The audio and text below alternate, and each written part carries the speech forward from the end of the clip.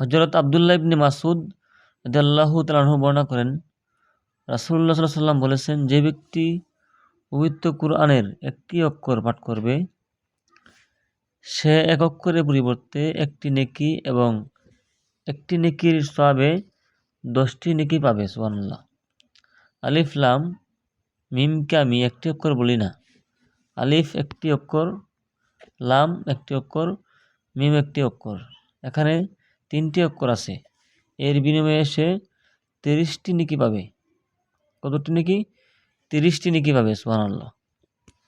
প্রিয় দর্শক, যে ব্যক্তি পবিত্র কোরআনের একটি অক্ষর পাঠ করবে, সে একটি অক্ষরের বিনিময়ে 10টি নেকি পাবে এবং 3টি অক্ষর পাঠ করলে সে 30টি নেকি পাবে। তিরমিজি শরীফ।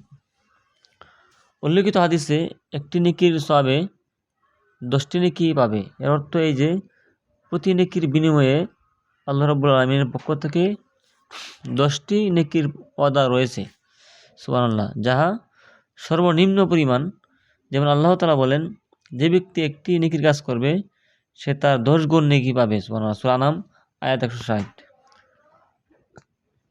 প্রিয় দর্শক, হযরত ইমাম গাজ্জালী রাহমাতুল্লাহ আলাইহি ইহইয়াউল উলুম কিতাবে হযরত আলী রাদিয়াল্লাহু তাআলা থেকে বর্ণিত করেছেন যে, যে ব্যক্তি নামাজে দাঁড়িয়ে কোরআন পড়ল সে প্রতি অক্ষরে 100 নেকি পাবে। আর যে ব্যক্তি নামাজে বসে কোরআন শরীফ পড়ল সে প্রতি হরফে 50 নেকি পাবে। আর যে ব্যক্তি নামাজের বাহিরে ওযুর সাথে কোরআন শরীফ পড়ল সে প্রতি অক্ষরে 25 নেকি পাবে। আর যে ব্যক্তি ওযু ছাড়া কোরআন শরীফ পড়ল সে প্রতি অক্ষরে 10 নেকি পাবে। সুবহানাল্লাহ। আর যে নিজে পড়েনি কিন্তু কান লাগিয়ে কোরআন তেলাওয়াত শুনেছে, সেও প্রতি হরফের বদলে 1টি করে নেকি পাবে। সুবহানাল্লাহ। প্রিয় দর্শক, হযরত আউস সাকাফি রাদিয়াল্লাহু তাআলা আনহু থেকে বর্ণিত, রাসূলুল্লাহ সাল্লাল্লাহু আলাইহি ওয়াসাল্লাম বলেছেন যে, কোরআন শরীফ মুখস্থ পড়লে 1000 গুণ সওয়াব এবং দেখে পড়লে 2000 গুণ সওয়াব।